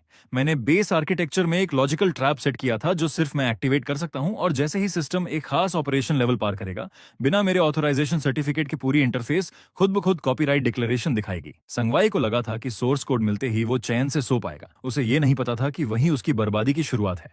प्रिलिमिनरी प्रेजेंटेशन वाले दिन मैं एक दूसरी कोलैबोरेटिंग कंपनी के टेक्निकल एडवाइजर के तौर पर चुपचाप आखिरी रो में बैठा था। सामने पोडियम पर संगवाई पूरे घमंड के साथ खड़ा था और नीचे लीना जोर जोर से ताली बजा रही थी। वो गर्व से बोल रहा था, ये सांके का इंडिपेंडेंटली डेवलप्ड कोर इंजन है, इसकी स्टेबिलिटी इंडस्ट्री लीडिंग है। और जैसे ही उसने स्ट्रेस टेस्ट का बटन दबाया, स्मूथली चल रहा सिस्टम अचानक अटक गया और अगले ही पल बड़ी स्क्रीन पर एक विशाल पॉपअप चमका। इस कोर आर्किटेक्चर के कॉपीराइट चिन किंग के पास है। बिना ऑथराइजेशन इसका उपयोग इलीगल इन्फ्रिंजमेंट है। पूरा हॉल केओस में बदल गया। संगवाई का चेहरा लाल से सफेद और फिर हरे रंग में बदल गया। वो पागलों की तरह कीबोर्ड दबा रहा था, लेकिन सिस्टम पूरी तरह लॉक हो चुका था। अंधेरे में बैठा मैं उसकी उस बेबस हालत को देख रहा था और शांतिपूर्वक अपना लैपटॉप बंद कर दिया। टेंडर स्कैंडल के बाद सांके की रेपुटेशन जमीन पर आ गई। छोटे पार्टनर्स जो अब तक वेट कर रहे थे, उन्होंने कॉन्ट्रैक्ट टर्मिनेट करने के लेटर्स भेजने शुरू कर दिए। मैंने सुना संगवाई ने अपने ऑफिस में चीजें तोड़ दी और गुस्से में लीना को थप्पड़ तक मार दिया। अब संके सिर्फ पैसे नहीं खो रहा था, वो अंदर से टूट चुका था। टेक्निकल डिपार्टमेंट के लोग मास रिजाइन करने लगे और संगवाई की सैलरी डबल करने की ऑफर भी उन्हें रोक नहीं पाई। उसी शाम जब मैं एक नया कॉन्ट्रैक्ट फाइनलाइज करके बाहर निकला तो ऑफिस के बाहर मुझे कुछ जाने पहचाने चेहरे दिखे। ये सांके के वही की इंजीनियर्स थे जिन्हें लीना ने पहले मैनिपुलेट करने की कोशिश की थी। उन्होंने सीधे कहा, चेन, हम तुम्हारे साथ जुड़ना चाहते हैं। पहले हम संगवाई के बोनस के लालच में अंधे हो गए थे। मैंने शांत होकर कहा, यहाँ टैलेंट का हमेशा स्वागत है, लेकिन रूल्स साफ हैं। यहाँ टेक्नोलॉजी पहले है, चापलूसी की कोई जगह नहीं। मैंने उनके हायरिंग प्रोसेस शुरू कर दिए। मुझे पता था ये सिर्फ कुछ लोगों को हायर करना नहीं है, ये सांके की जड़ों को उखाड़ना है। अब सांगवाई के पास कुछ पुराने सर्वर्स के अलावा कुछ नहीं बचा था। रात में डायरेक्टर चेन का कॉल आया। उसकी आवाज में एक्साइटमेंट थी। शाओ चेन, शानदार काम, हर तरफ से दबाव पड़ रहा है, कीमतें नीचे आ रही हैं, लगता है वो खत्म हो चुका है। मैंने शांत स्वर में कहा, ये वही है जो उसे मिलना चाहिए था। डायरेक्टर चेन, हमारा प्रोजेक्ट अब ऑफिशियली शुरू किया जा सकता है। कॉल खत्म करके मैंने खिड़की से बाहर चमकती रोशनी को देखा। मेरा समय तेजी से आ रहा था और वहीं दूसरी तरफ संगवाई के लिए अंत की घंटियां बज चुकी थीं। संगीत वर्क अब सच में एक खाली खोल बन चुका था। पहले जो ऑफिस शोर से भरा रहता था, अब वीरान पड़ा था। चारों तरफ बिखराव था। संगवाई खुद को ऑफिस में बंद करके बैठा था और किसी से नहीं मिल रहा था। लीना भी गायब हो गई थी। सुना वो कंपनी का आखिरी कैश लेकर विदेश भाग गई। लेकिन संगवाई जैसे लोग पूरी तरह खत्म होने से पहले आखिरी बार पागलपन में वार जरूर करते हैं। उस रात मैं पार्किंग में अपनी कार खड़ी करके ऊपर जाने ही वाला था कि अचानक एक परछाई अंधेरे से बाहर आई। हल्की रोशनी में मैंने उस विकृत चेहरे को पहचाना। वो संगवाई था। उसके हाथ में एक नाइफ था और आंखों में पागलपन। वो चिल्लाया, चेन किंग, तुमने मुझे इस हालत में क्यों धकेला? मैंने तुम्हें पैसा दिया, शेयर्स दिए, फिर भी तुम मुझे क्यों नहीं छोड़ते? मैंने शांत नजरों से उसकी तरफ देखा और कहा, संगवाई, तुमने खुद संके को तब खत्म कर दिया था जब तुमने साल के अंत का बोनस काटा और लोगों की लॉयल्टी से खेला। तुम्हारा अंत उसी दिन तय हो गया था। मैं एक कदम भी पीछे नहीं हटा, क्योंकि मुझे पता था डर दिखाना उसे और खतरनाक बना देगा। वो चीखा, अब मेरे पास कुछ नहीं बचा। अगर मैं गिरा तो तुम्हें भी साथ लेकर गिरूंगा। और अचानक मुझ पर झपटा। मैंने साइड होकर उसका वार बचाया और उसकी कलाई पकड़ ली। सालों की जिम हैबिट काम आई। मैंने जोर से ट्विस्ट किया और नाइफ उसके हाथ से गिर गया। तभी पार्किंग के एंट्रेंस से पुलिस सायरन गूंज उठी, क्योंकि मैं हमेशा अपने फोन में इमरजेंसी अलर्ट सिस्टम एक्टिवेट रखता था। मैंने देखा कि संगवाई पुलिस के हाथों जमीन पर दबा हुआ किसी जंगली जानवर की तरह चीख रहा था और मैं शांत खड़ा उसे देखता रहा। फिर धीरे से कहा, संगवाई, तुम्हें सबसे ज्यादा पछतावा इस बात का नहीं होना चाहिए कि तुमने मुझे साल का बोनस नहीं दिया, बल्कि इस बात का होना चाहिए कि तुमने कभी किसी का सच में सम्मान ही नहीं किया। पुलिस की गाड़ी धीरे धीरे दूर चली गई। मैंने जमीन से अपनी चाबियां उठाई और बिना पीछे देखे एलिवेटर में चला गया। तूफान खत्म हो चुका था और कल वो दिन था जब किंग लनिए आधिकारिक तौर पर अपना नाम बदलकर किंगलैंड ग्रुप बनने वाला था। संगवाई की गिरफ्तारी के अगले दिन मैं फिर उसी जगह लौटा जो कभी मेरी थी, लेकिन इस बार मैं एम्प्लॉय नहीं बल्कि क्रेडिटर और पोटेंशियल बायर बनकर आया था। ऑफिस बिखरा हुआ था, जैसे किसी तूफान ने उसे तबाह कर दिया हो। फर्श पर डॉक्यूमेंट्स फैले हुए थे। जो डिपार्टमेंट हेड्स पहले घमंडी थे, अब चुपचाप बैठे थे। उनकी नजरें खाली थीं। मैं चुपचाप संगवाई के ऑफिस में गया। वही बड़ा सा महोगनी डेस्क अब भी वहां था, बस उसका मालिक अब कैदी बन चुका था। कुछ कोर्ट ऑफिशियल्स अकाउंटिंग बुक्स को सील कर रहे थे। डायरेक्टर चेन ने मुझसे पूछा, प्रारंभिक हिसाब के अनुसार संके का कर्ज उसके एसेट से बहुत ज्यादा है, क्या तुम वाकई इस मैस को लेना चाहते हो? मैंने शांत स्वर में कहा, मुझे सिर्फ सर्वर्स के यूसेज राइट्स और मेन पैटेंट्स की ओनरशिप चाहिए। बाकी डेट संगवाई का पर्सनल मामला है। मैं मुड़ा तो देखा कुछ पुराने एम्प्लॉयज दरवाजे के पीछे से झांक रहे थे। उनमें वही लोग भी थे जो मेरे बोनस कटने पर मुझ पर हंसे थे। अब उनकी आंखों में एक तरह की विनती थी। मैंने बिना भाव बदले कहा, जो रहना चाहता है शाह से मिलकर नया इंटरव्यू दे। किंग लानी में चापलूसी से बोनस लेने का दौर खत्म हो चुका है। उनके चेहरों पर शर्म और राहत का अजीब मिश्रण था, लेकिन मुझे कोई खास संतोष नहीं हुआ। ये दुनिया ऐसी ही है, जब तुम्हारे पास वैल्यू नहीं होती तो डिग्निटी भी लग्जरी बन जाती है। मैं खिड़की के पास गया और नीचे भागती सड़क को देखने लगा। संके का साइन जल्द ही हटाया जाएगा, लेकिन ये तो बस शुरुआत थी। संगवाई के छोड़े हुए इस मलबे में मुझे एक ऐसा सीक्रेट मिला जिसकी मुझे उम्मीद नहीं थी। लीना जो डेटा लेकर भागी थी, वो मेरी सोच से कहीं ज्यादा जटिल था। सर्वर्स का कंट्रोल लेने के बाद मैं और शौवंग लगातार 2 रात जागे। तब जाकर हमें पता चला कि लीना सिर्फ कैश ही नहीं ले गई थी, उसने एडमिन अथॉरिटी का इस्तेमाल करके कंपनी की बैकअप डेटाबेस को भी फॉर्मेट करवा दिया था। और इससे भी बुरा, वो एक अधूरा मिलिट्री ग्रेड इंक्रिप्शन प्रोटोकॉल का ड्राफ्ट भी ले गई थी। शौवंग घबराकर बोला, चैन, ये ड्राफ्ट तो तुमने ही लिखा था। अगर लीना इसे कॉम्पिटिटर को बेच दे और हम पर कॉपीराइट इन्फ्रिंजमेंट का केस कर दे तो हम बच नहीं पाएंगे। मैंने उसे बैठने का इशारा किया और कहा, लीना बहुत दूर नहीं जाएगी। उस एन्क्रिप्शन प्रोटोकॉल को मेरे अलावा कोई पूरी तरह डिक्रिप्ट नहीं कर सकता। उसके पास जो यूएसबी है वो बस एक हॉट पोटैटो है। मैं स्क्रीन पर ब्लिंक करते कोड को घूरता रहा और लीना के अगले कदम का अंदाजा लगाता रहा। मुझे पता था उसके जैसे घमंडी इंसान गुमनामी में नहीं जी सकते। तभी मेरे इनबॉक्स में एक अनोनिमस मेल आया। अटैचमेंट में एक फॉरेन कैसीनो की फोटो थी। उसमें लीना अब भी अपने फ्लैशी अंदाज में बैठी थी, लेकिन उसके सामने बैठा आदमी देखकर मेरी भौं सिकुड़ गई। वो डायरेक्टर साओ था, इंडस्ट्री का कुख्यात डेटा ब्रोकर जो कमर्शियल सीक्रेट की खरीद फरोख्त से पैसा बनाता था। मैं समझ गया कि लीना को बायर मिल चुका है। एक तरफ संगवाई जेल में सड़ रहा था और दूसरी तरफ लीना बाहर अपने बॉस को धोखा देकर फायदा उठा रही थी। सच में दोनों एक जैसे थे। मैंने तुरंत पुलिस को कॉल नहीं किया, क्योंकि मुझे पता था कि डायरेक्टर साओ जैसा चालाक आदमी असली वैल्यू देखे बिना पैसा नहीं देगा। मैंने उसे एक छोटा सा मैसेज भेजा, उसमें बैकडोर है, अगर जीना चाहते हो तो उसे मत छुओ। अब मैं इंतजार करने वाला था कि वो खुद मेरे पास आए, क्योंकि ये सिर्फ डेटा वापस लेने का मामला नहीं था, ये इस पूरे इंडस्ट्री की इस गंदगी को जड़ से खत्म करने का मौका था। दूसरे ही दिन जब मेरा मैसेज पहुंचा, डायरेक्टर साओ शांत नहीं बैठ पाया और उसने मुझे नदी किनारे एक प्राइवेट क्लब में बुलाया। खास तौर पर कहा कि मैं अकेला आऊं। तय समय पर मैं वहां पहुंचा तो कमरा धुएं से भरा हुआ था। सामने डायरेक्टर साओ मैत्रेया बुद्धा की मूर्ति की तरह मुस्कुरा रहा था और उसके बगल में बैठी लीना का चेहरा थोड़ा पीला पड़ा हुआ था। उसने कहा, डायरेक्टर चेन, आपके बारे में बहुत सुना है। आजकल के युवा वाकई कमाल है। संगवाई जैसा चालाक आदमी भी आपसे हार गया। मैंने सीधे कहा, डायरेक्टर साओ, सीधी बात करता हूं, मैं चेन किंग हूं और जो लीना के हाथ में है वो निगल नहीं पाएगी। लीना तुरंत खड़ी हो गई। डर और गुस्से से उसकी आवाज तेज हो गई। चेन किंग, यहाँ रहस्य मत बनाओ। डायरेक्टर साओ ने एक्सपर्ट से चेक करवाया है, ये प्लान थोड़े बदलाव के साथ मार्केट में आ सकता है, तब खाली हाथ तुम रह जाओगे। मैंने हल्की हंसी के साथ कहा, एक्सपर्ट, उन थर्ड रेट प्रोग्रामर्स की बात कर रही हो जो कंकरेंट मल्टी प्रोसेसिंग तक नहीं समझते? डायरेक्टर साओ, अभी इसी वक्त उस प्रोटोकॉल का तीसरा मॉड्यूल रन करके देख लीजिए। अगर आपका सर्वर नहीं जला तो कहना। डायरेक्टर साओ का चेहरा तुरंत बदल गया। वो शक करने वाला आदमी था। उसने तुरंत अपने आदमी को लैपटॉप खोलने का इशारा किया। जैसे ही प्रोग्राम रन हुआ, स्क्रीन पर सर्वर रूम की वार्निंग लाइट्स तेजी से ब्लिंक करने लगीं। वो घबराकर बोला, ये क्या हो रहा है? इसे तुरंत बंद करो। मैंने शांत होकर कहा, ये लॉजिकल लॉक है। मेरी डायनामिक ऑथराइजेशन के बिना कोई भी forced access self destruct trigger कर देगा। लीना वहीं कुर्सी पर ढह गई। उसकी आंखों में खालीपन था। उसका आखिरी ट्रम्प कार्ड मेरे सामने कागज की तरह कमजोर साबित हो चुका था और डायरेक्टर साओ जैसा बिजनेसमैन तुरंत समझ गया कि उसे क्या करना है।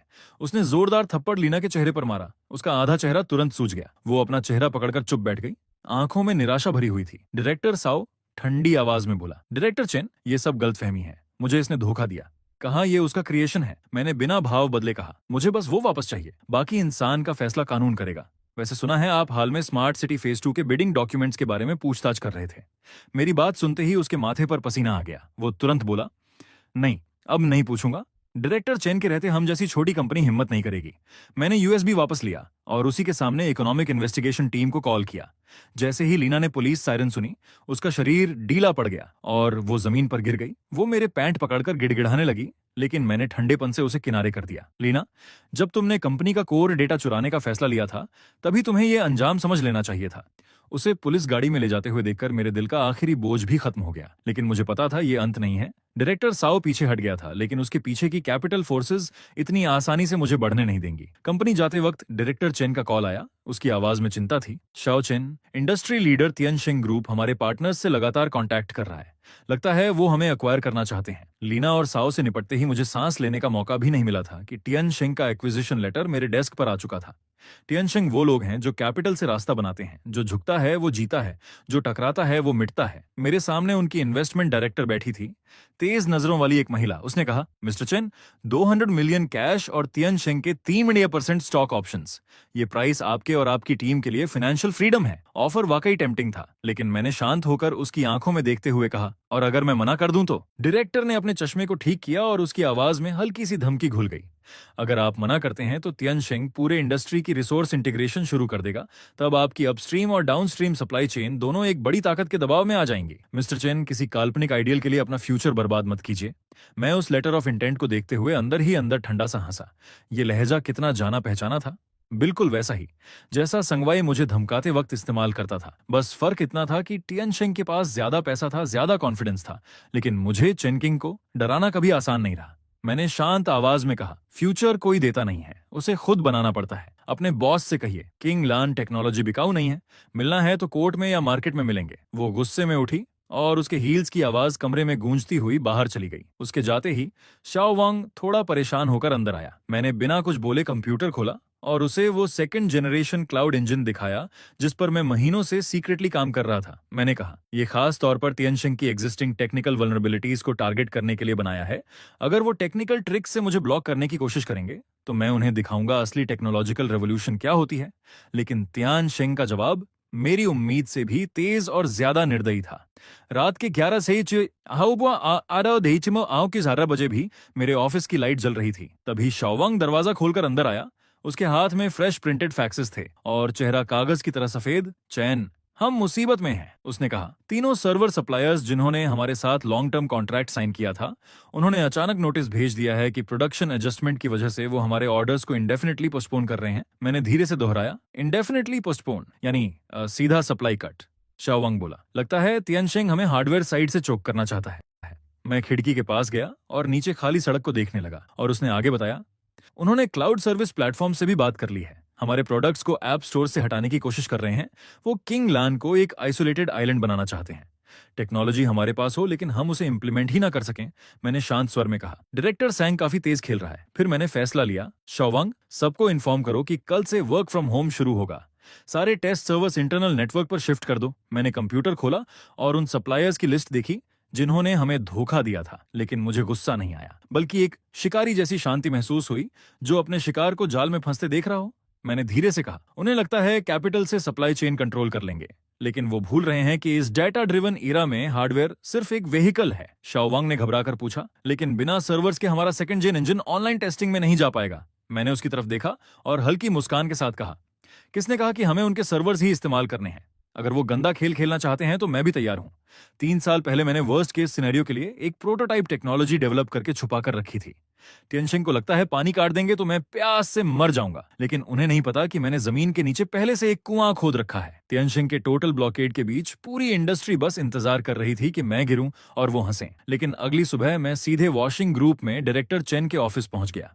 वो खिड़की के पास खड़े थे और उनके डेस्क पर तियनशिंग का कोऑपरेशन प्रपोजल रखा था। उन्होंने भौं सिकोड़ते हुए मेरी तरफ देखा और कहा, शाओ चेन, कल तियनशिंग के लोग मुझसे मिलने आए थे। डायरेक्टर चेन ने गहरी आवाज में कहा, तियनशिंग ने प्रॉमिस किया है कि अगर वॉशिंग किंगलैंड के साथ कोऑपरेशन खत्म कर दे तो अगले 5 सालों तक उनकी इंफ्रास्ट्रक्चर मेंटेनेंस फीस आधी कर दी जाएंगी। मैंने शांत लेकिन सीधी बात रखी, डायरेक्टर चेन, तियनशिंग का पैसा लेना आसान है, लेकिन उनकी जंजीरें उससे भी आसान होती हैं। पहनना, एक बार आपका सिस्टम पूरी तरह उनकी क्लाउड में इंटीग्रेट हो गया तो भविष्य में कीमत बढ़े या ना बढ़े, ये फैसला आपका नहीं रहेगा, वो मुड़े और सीधे मेरी आंखों में देखने लगे। वो सिर्फ बिजनेसमैन नहीं थे, बल्कि लॉन्ग टर्म विजन वाले स्ट्रैटेजिस्ट थे। उनके सामने सवाल था, अभी का छोटा फायदा या भविष्य का बड़ा कंट्रोल? उन्होंने पूछा।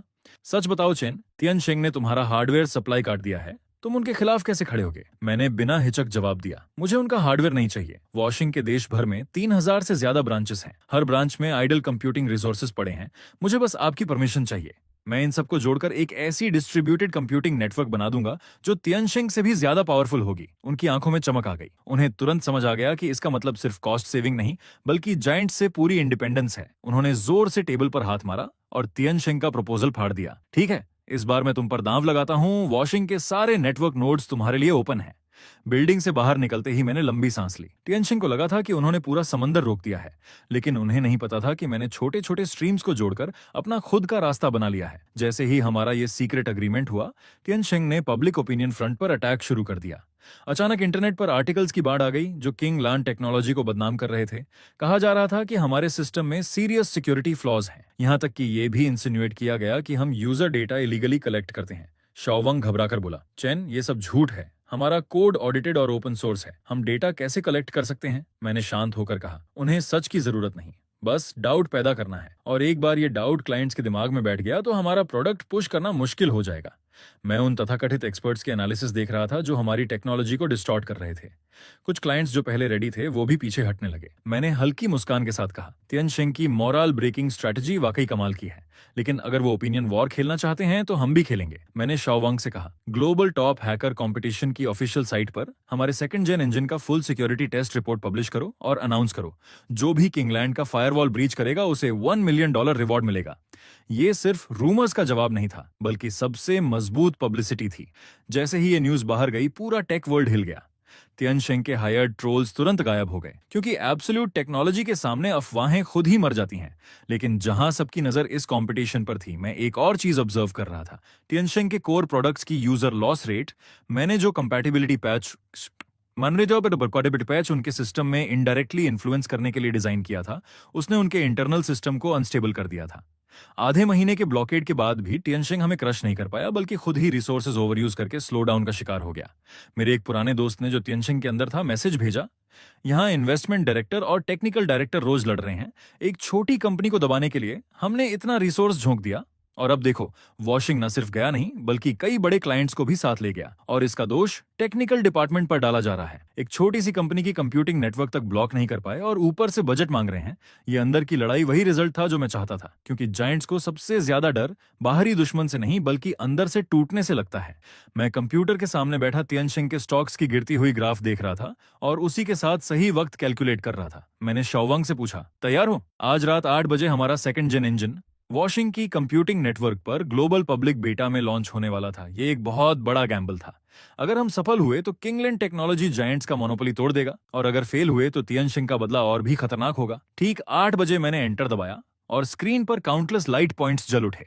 पूरे देश में फैले वॉशिंग के नोड्स एक साथ एक्टिवेट हो गए। एक ऐसी कंप्यूटिंग पावर का तूफान बन गया जो पहाड़ हिला सकता था। मैंने धीरे से कहा, दुनिया को बता दो, अब गेम के रूल्स बदलने वाले हैं। उसी पल तियनशेंग के हेडक्वार्टर्स में सन्नाटा छा गया। उन्हें एहसास हुआ कि जिस डिफेंस सिस्टम पर उन्हें घमंड था, वो किंग लान की नई आर्किटेक्चर के सामने कागज जैसा कमजोर है। 3 दिन बाद जब बेटा पूरी तरह सफल रहा, तो इंडस्ट्री का रुख पूरी तरह बदल गया। जो सप्लायर्स मुझे अवॉइड करते थे, वो अब लाइन लगाकर मिलने को तैयार थे।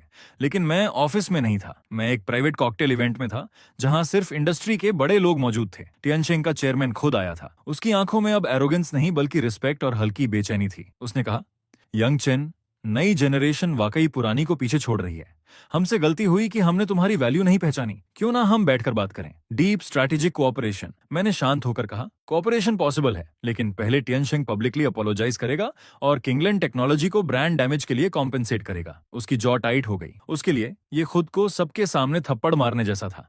लेकिन उसने आसपास खड़े पार्टनर्स को देखा और समझ गया कि अब उसके पास कोई बार्गेनिंग पावर नहीं बची। मैंने कैजुअली जोड़ दिया, आप मना भी कर सकते हैं, लेकिन सुना है आपके कई की टेक्निकल स्टाफ हमारी नई आर्किटेक्चर में काफी इंटरेस्टेड हैं और रिज्यूमे भेज चुके हैं। ये सीधा उसकी जड़ों पर वार था। मैं सिर्फ उसके क्लाइंट्स नहीं, बल्कि उसकी फाउंडेशन भी खींच रहा था। मैंने वाइन का घूंट लिया और मन ही मन समझ गया कि ये जीत बस शुरुआत है। ये गेम अब और बड़े लेवल पर जाने वाला है। तियनशेंग का झुकना टेम्पोरेरी था। और मुझे साफ महसूस हो रहा था कि अंधेरे में कोई और बड़ी ताकत किंगलैंड टेक्नोलॉजी पर नजर गड़ाए बैठी है। पार्टी से बाहर निकलते ही ठंडी हवा चेहरे से टकराई। तभी मेरे फोन पर एक अननोन नंबर से मैसेज आया, अपनी पीठ का ख्याल रखना। मैंने कुछ देर तक उस मैसेज को देखा। यह नंबर मल्टीपल वर्चुअल रिलेज से गुजरा था। ट्रेस करना नामुमकिन था। मैं खिड़की के पास गया, भारी पर्दे हटाए और नीचे गुजरती गाड़ियों की लाइट्स को देखता रहा। पहली बार मुझे लगा कि इस बिजनेस वॉर की गहराइयों में कोई अज्ञात निगाहें मुझे देख रही हैं। मैंने ये बात शाओवांग को नहीं बताई, उसे परेशान नहीं करना चाहता था। लेकिन मैंने तुरंत कंप्यूटर खोला और पिछले 3 सालों के टियनशिंग ग्रुप के शेयर होल्डिंग रिकॉर्ड्स निकाल ली। सरफेस पर वो एक जायंट था, लेकिन अंदर उसकी कैपिटल स्ट्रक्चर बेहद कॉम्प्लेक्स थी। कई फॉरेन इन्वेस्टमेंट फंड्स की परछाइयां बार बार दिख रही थीं। तब मुझे समझ आया, संगवाई, लीना, डायरेक्टर साओ, ये सब सिर्फ मोहरे थे। तियानशिंग मुझे सिर्फ मार्केट शेयर के लिए नहीं निगलना चाहता था। इसके पीछे कुछ और गहरा खेल चल रहा था। और जैसे ही मैं इन विचारों में डूबा हुआ था, अचानक मेरे इनबॉक्स में एक अलर्ट चमका। वो अलर्ट मेरे सेकंड जेन इंजन के बैकएंड से आया था। कोई एक ऐसा प्रोटोकॉल इस्तेमाल कर रहा था जिसे मैंने पहले कभी नहीं देखा था, और वो वॉशिंग नेटवर्क के नोड से लार्ज स्केल ऑपरेशनल डेटा निकालने की कोशिश कर रहा था। मैंने तुरंत कीबोर्ड पर तेजी से काम करना शुरू किया और सिस्टम में कई लेयर्स के डायनामिक फायरवॉल्स ऐड कर दिए। ये तियानशिंग का तरीका नहीं था, ये किसी प्रोफेशनल फॉरेन टीम जैसा लग रहा था। उसी पल मुझे समझ आ गया कि मेरी एंट्री ने सिर्फ तियानशिंग को नहीं, बल्कि इस इंडस्ट्री के पीछे छिपे असली फाइनेंशियल शार्क्स को भी जगा दिया है। और वो वार्निंग मैसेज मजाक नहीं था, बल्कि एक देर से आया हुआ इशारा था। अगली सुबह तियानशिंग का ऑफिशियल अपॉलॉजी लेटर इंडस्ट्री के बड़े पोर्टल्स की हेडलाइंस पर था। लैंग्वेज बेहद सिंसियर थी। उन्होंने सारा ब्लेम कुछ सीनियर एग्जीक्यूटिव्स पर डाल दिया और साथ ही टेंस ऑफ मिलियंस की कॉम्पेंसेशन सीधे किंगलैंड टेक्नोलॉजी के अकाउंट में ट्रांसफर कर दी। शाओवांग एक्साइटेड होकर बोला, चेन जल्दी देखो, हमें ड्रैगन स्लेयर कहां जा रहा है। इस बार तियानशिंग सच में गिर गया। मैंने शांत स्वर में कहा, शाओवांग, जायंट्स को कभी अंडर एस्टिमेट मत करो। अगर वो झुकते हैं तो सिर्फ सांस लेने के लिए। और जैसे ही इंडस्ट्री किंगलैंड की तारीफों में डूबी हुई थी, मुझे एक अजीब इनविटेशन मिला। ऑरोरा कैपिटल नाम की एक फॉरेन ऑर्गेनाइजेशन ने मुझे फ्यूचर कंप्यूटिंग स्टैंडर्ड्स पर प्राइवेट मीटिंग के लिए बुलाया था। मैंने थोड़ा बैकग्राउंड चेक किया तो पाया कि इसके पीछे की ताकतें बेहद गहरी हैं। कई मल्टीनेशनल जायंट्स के पीछे भी इनकी शैडो दिखाई देती हैं। तभी मुझे एहसास हुआ कि शायद वही लोग इस खेल के असली खिलाड़ी हैं, और वही वार्निंग भी उसी सर्कल से आई होगी। मैंने शाओवांग से कहा, हैंग का फ्लाइट बुक करो, क्योंकि ओपोनेंट ने स्टेज तैयार कर दी थी और अगर मैं नहीं गया तो ये डर जैसा लगेगा। जाने से पहले मैं डिटेंशन सेंटर गया। मैं संगवाई से मिलना चाहता था। वो इंसान जिसने मुझे 150 न्यून में खत्म करने की कोशिश की थी, शायद अब वही मुझे सच्चाई बता सकता था। मोटे बुलेट प्रूफ ग्लास के उस पार मैंने उसे देखा। वो प्रिजनर यूनिफॉर्म में था, दुबला और टूटा हुआ। उसकी आंखों में अब पहले वाली चालाकी नहीं थी, बस ठहरा हुआ सन्नाटा था। मुझे देखकर वो हल्का सा मुस्कुराया और बोला, चेन किंग, आखिर तुम आ ही गए, मुझे इस हालत में देखने या वो सवाल पूछने। मैंने शांत होकर कहा, तुम क्या सोचते हो, संगवाई तियानशिंग तो बस शुरुआत था, असली लोग कौन है। वो कुछ देर चुप रहा। उसकी उंगलियां मेज पर हल्के से टैपिंग कर रही थीं। फिर वो झुककर माइक के पास आया और धीमी आवाज में बोला, जैसे किसी टाबू का डर हो, मुझे नहीं पता वो कौन है, बस इतना जानता हूं कि खुद को प्यूरिफायर्स कहते हैं, वो पैसा देते हैं, रिसोर्सेज देते हैं, लेकिन एक ही मकसद से, जो भी टेक्नोलॉजी उनके कंट्रोल में नहीं आती उसे पूरी तरह खत्म कर देना। यह सुनकर मेरे दिल में एक अजीब सा दबाव आया। उसकी बात भले ही अजीब थी, लेकिन उसकी आंखों में डर असली था। उसने आगे कहा, चेन किंग, भाग जाओ, जितने बड़े बनोगे उतनी उनकी नजर तुम पर होगी। लाइना भागी नहीं है, वो अपनी रिवॉर्ड लेने गई है, और ऑर्डर्स लेने भी। डिटेंशन सेंटर से बाहर निकलते वक्त तेज धूप आंखों में चुभ रही थी।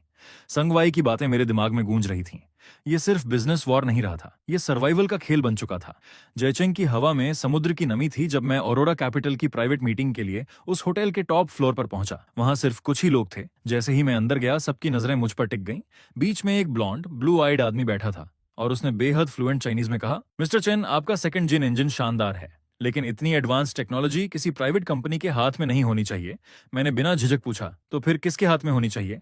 उसने सीधा जवाब दिया, ऑरोरा कैपिटल, और मेरे सामने एक फाइल सरका दी। ये एक्विजिशन नहीं बल्कि टेक्नोलॉजी कस्टडी अग्रीमेंट था, जिसमें साफ लिखा था कि किंगलैंड को अपना कोर सोर्स कोड ऑरोरा की डेजिग्नेटेड क्लाउड में अपलोड करना होगा, और उसके बाद ग्लोबल प्रमोशन और सिक्योरिटी कंट्रोल सब उनके हाथ में होगा। मैंने अंदर ही अंदर सोचा, ये सीधा सीधा रॉबरी है। तभी साइड डोर खुला और अंदर आई लीना, एलिगेंट सूट में, आंखों में जीत की चमक। उसने कहा, चेन किंग, ज्यादा स्मार्ट बनने की कोशिश मत करो। ऑरोरा कैपिटल तुम्हें वो दे सकता है जो तियानशिंग कभी नहीं दे पाया। अगर साइन नहीं किया तो कल किंगलैंड ग्लोबली सैंक्शन हो जाएगा, नेशनल डेटा सिक्योरिटी के नाम पर। मैंने उसे देखा, लेकिन गुस्सा नहीं आया, बल्कि राहत मिली।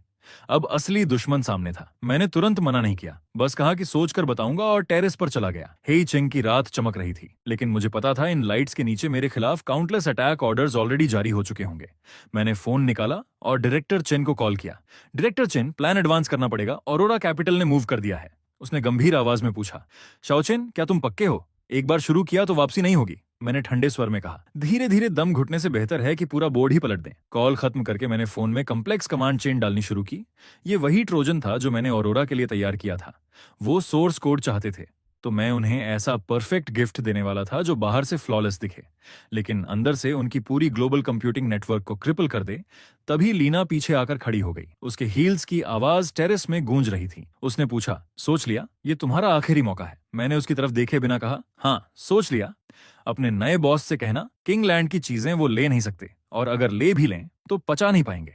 मैंने अग्रीमेंट को उसके सामने टुकड़ों में फाड़ा और हवा में उछाल दिया। उसके चेहरे का रंग तुरंत बदल गया, और मुझे पता था असली तूफान अगली सुबह आएगा। और वैसा ही हुआ। सुबह होने से पहले ही दुनिया भर के ऐप स्टोर्स ने एक साथ किंगलैंड के प्रोडक्ट्स हटा दिए। वजह बताई गई, डेटा सिक्योरिटी रिस्क।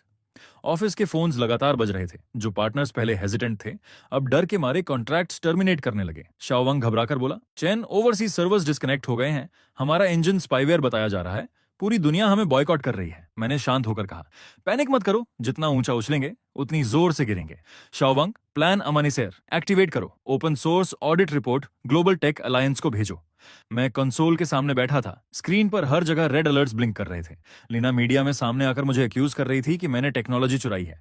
उसकी एक्टिंग इतनी कन्विंसिंग थी कि कई लोग उस पर यकीन कर रहे थे, लेकिन उसे ये नहीं पता था कि एब्सोल्यूट टेक्नोलॉजी के सामने झूठ बुलबुले की तरह फूट जाते हैं। मैंने आखिरी कमांड एग्जीक्यूट की। ऑरोरा कैपिटल के सिस्टम में जो मॉनिटरिंग पॉइंट मैंने छुपाकर डाला था, वो एक्टिवेट हो गया। वो मेरे कोड को डिसेक्ट करने में लगे होंगे, लेकिन उन्हें अंदाजा नहीं था कि मैं उन्हें अंदर से देख रहा। मैंने आखिरी कमांड टाइप की और वो मॉनिटरिंग पॉइंट एक्टिवेट हो गया जो मैंने ऑरोरा कैपिटल के अंदर छुपाया था। वो मेरे सोर्स कोड के पीछे भाग रहे थे, लेकिन असल में वो उसी चीज को खोल रहे थे जो मैंने जानबूझकर उनके लिए छोड़ी थी। सुबह की पहली किरण ऑफिस की खिड़की से अंदर आई और मुझे समझ आ गया, अब काउंटर अटैक का समय आ चुका है। ये लड़ाई सिर्फ किंगलैंड के लिए नहीं थी, बल्कि ये साबित करने के लिए थी कि टेक्नोलॉजी किसी हेजेमोनिक कैपिटलिज्म का खिलौना नहीं बन सकती। उधर ऑरोरा कैपिटल के लैब में एलीट हैकर्स जश्न मना रहे थे। उन्हें लगा उन्होंने मेरा फायरवॉल तोड़ दिया है और सेकंड जेन इंजन का कोर एल्गोरिदम हासिल कर लिया है। लीना उनके पास खड़ी मुस्कुरा रही थी, जैसे मैं अब उसके सामने घुटनों पर गिरने वाला हूं। वो बोली, चेन किंग अभी भी नाइव है। इस कोड को ग्लोबल फाइनेंशियल पेमेंट सिस्टम में इंटीग्रेट करो। आज से हम कंप्यूटिंग पावर के रूल्स रीराइट करेंगे। जैसे ही उन्होंने मर्ज बटन दबाया, मेरे ऑफिस की स्क्रीन पर अचानक गोल्डन कैरेक्टर्स की तेज बारिश होने लगी। मैंने कॉफी उठाई और धीरे से कहा, काउंटडाउन 3, 2, 1, बूम। अगले ही पल ऑरोरा कैपिटल का पूरा ग्लोबल सिस्टम इन्फिनिट लूप में फंस गया। वो लॉजिकल बॉम्ब जो मैंने कोड में छुपाया था एक्टिवेट हो गया। वो डेटा डिस्ट्रॉय नहीं करता था, बल्कि मिरर की तरह काम करता था। ऑरोरा कैपिटल ने सालों से जो इलीगल प्रॉफिट्स कमाए थे, जो टेक्निकल लूपहोल्स का इस्तेमाल करके मार्केट मैनिपुलेट किया था, वो सारी एविडेंस रियल टाइम में दुनिया के सबसे बड़े मीडिया प्लेटफॉर्म्स पर ब्रॉडकास्ट होने लगी। मैंने शांत होकर कहा, अब इसे कोई नहीं रोक सकता। ये डिसेंट्रलाइज्ड कंप्यूटिंग पावर पर आधारित फोर्स्ड ब्रॉडकास्ट है। जब तक पूरी दुनिया का इंटरनेट बंद नहीं होता, सच फैलता रहेगा। पूरी दुनिया उस स्क्रीन को देखकर सन्न रह गई। जो लोग किंगलैंड को घेर रहे थे, वही अब ऑरोरा कैपिटल के खिलाफ ग्लोबल ट्रायल का हिस्सा बन गए। मल्टीनेशनल इन्वेस्टिगेशन टीम्स तुरंत एक्टिव हो गईं और उनके टॉप एग्जीक्यूटिव्स एक एक करके भागने लगे। लीना, जिसने मुझे 2 बार धोखा दिया था, वो एक भारी सूटकेस लेकर तूफानी बारिश में पोर्ट पर भाग रही थी। मैं पहले से वहां खड़ा उसका इंतजार कर रहा था, हाथ में काला अम्ब्रेला लिए। वो घबराकर बोली, चेन किंग, मुझे जाने दो, मुझे भी मजबूर किया गया था। इस सूटकेस में डॉलर्स हैं, सब तुम्हें दे दूंगी। मैंने उसे शांत नजरों से देखा और कहा, लीना, तुम अब भी नहीं समझी। कुछ चीजें पैसे से नहीं खरीदी जा सकती, जैसे कॉन्शियंस, जैसे वो सेल्फ रिस्पेक्ट जो तुमने खो दी। दूर से पुलिस सायरन्स करीब आ रही थीं। लीना की टांगें जवाब दे गईं और वो कीचड़ में बैठ गई। उसका सूटकेस पलट गया और नोट भीग कर फैल गए। एक अजीब और व्यंग्यात्मक दृश्य बन गया। उसकी आंखों में पहली बार सच्चा डर और पछतावा दिखा। वो बुदबुदाई, अगर उस दिन मैंने बोनस लिस्ट मैनिपुलेट ना की होती। मैंने धीरे से कहा, जिंदगी में अगर जैसा कुछ नहीं होता। जब तुमने 125 के लिए दूसरों की मेहनत कुचली, उसी दिन तुम्हारा अंत लिख दिया गया था। पुलिस उसे लेकर चली गई। मैंने अम्ब्रेला बंद किया और पीछे मुड़कर अपनी गाड़ी की तरफ बढ़ गया। अंदर डायरेक्टर चेन बैठा था। उसने मुझे थम्स अप दिया। महीनों की ये नाइटमेयर आखिर खत्म होने वाली थी। 1 महीने बाद किंगलैंड टेक्नोलॉजी ऑफिशियली किंगलैंड ग्रुप बन गई। जो सप्लायर्स पहले हमें ब्लॉक कर रहे थे, वो अब लाइन लगाकर माफी मांग रहे थे। टियनशिंग ग्रुप खुद अपना कोर बिजनेस छोड़कर कोऑपरेशन की भीख मांग रहा था और वॉशिंग ग्रुप अब हमारा सबसे मजबूत एलाई बन चुका था। इंडस्ट्री एसोसिएशन ने अपने रूल्स बदल दिए थे। इंटेलेक्चुअल प्रॉपर्टी का रिस्पेक्ट और फेयर कॉम्पेंसेशन अब सबसे ऊपर लिखा गया था। मैं अपनी नई हेडक्वार्टर्स की टॉप फ्लोर पर खड़ा नीचे चीयरिंग करते हजारों एम्प्लॉइज को देख रहा था, लेकिन मेरे दिल में अजीब सी शांति थी। डायरेक्टर चेन मेरे पास खड़े होकर बोले, शाओचेन, तुमने सिर्फ एक बिजनेस वॉर नहीं जीती, तुमने पूरी इंडस्ट्री बदल दी। अब रूल्स तुम तय करते हो। मैंने हल्की मुस्कान के साथ जवाब दिया, मैं बस इतना चाहता हूं कि जो लोग मेहनत करते हैं जैसे मैंने तब की थी, उन्हें उनका सही ईयर एंड बोनस मिले। तभी शाओवांग दौड़ता हुआ आया और एक्साइटमेंट में रिपोर्ट मेरे हाथ में थमा दी। Boss Chen, bonus plan final हो गया है। कंपनी में सबसे कम बोनस भी 1500 से शुरू होगा। मैंने बिना देर किए कहा, बहुत बढ़िया, सबको बता दो। जब तक किंगलैन है, मेहनत करने वालों को कभी धोखा नहीं मिलेगा। धूप ऑफिस में फैल रही थी और मेरी नजर उस दीवार पर टंगी हुई 9 युएन की ट्रांसफर स्क्रीनशॉट पर गई। वही मेरी शुरुआत थी और हमेशा याद दिलाने वाला सच भी। कहानी के अंत में मैं फिर उसी जगह लौटा जहां सब शुरू हुआ था। वही होटल, वही प्राइवेट हॉल, यहां तक कि खाने के डिशेस भी लगभग वही थे। फर्क सिर्फ इतना था कि इस बार मेन सीट पर मैं बैठा था और मेरे चारों तरफ इंडस्ट्री के सबसे बड़े लोग बैठे थे। डिनर के दौरान सब खुलकर बातें कर रहे थे। अब कोई ऑकवर्ड साइलेंस नहीं था। डायरेक्टर चेन ने ग्लास उठाया, चेहरा शराब से लाल हो गया था और बोले, चेन किंग, अगले साल का कंप्यूटिंग सेंटर प्रोजेक्ट पूरी तरह तुम पर डिपेंड करता है। मैंने कॉन्फिडेंटली कहा, चिंता मत कीजिए, जब तक मैं हूं, आपके काम मेरे काम है। कुछ राउंड्स के बाद मैं बहाना बनाकर टेरेस पर चला गया। रात की ठंडी हवा और शहर की चमकती नियॉन लाइट्स मेरे सामने थीं। मैंने फोन निकाला और वो पुराना WCAT ग्रुप खोला, जो कभी मेरे लिए बैटलफील्ड था। अब उसमें लीना या संगवाई नहीं थे, बल्कि नए एनर्जेटिक लोग थे जो नए साल के टेक्निकल प्लान्स पर डिस्कस कर रहे थे। मैंने फोन बंद किया और गहरी सांस ली। एक वक्त था जब मैं 800 युएन के बोनस पर चुप था और आज मैं उस इंडस्ट्री का पल्स कंट्रोल कर रहा था। मैं मुड़ा और बैंक्वेट हॉल की तरफ वापस चला। जैसे ही मैंने दरवाजा खोला, तेज रोशनी मेरे चेहरे पर पड़ी और अंदर से जोरदार तालियों की आवाज गूंज उठी। और बस ऐसे ही मेरी कहानी यहाँ खत्म होती है,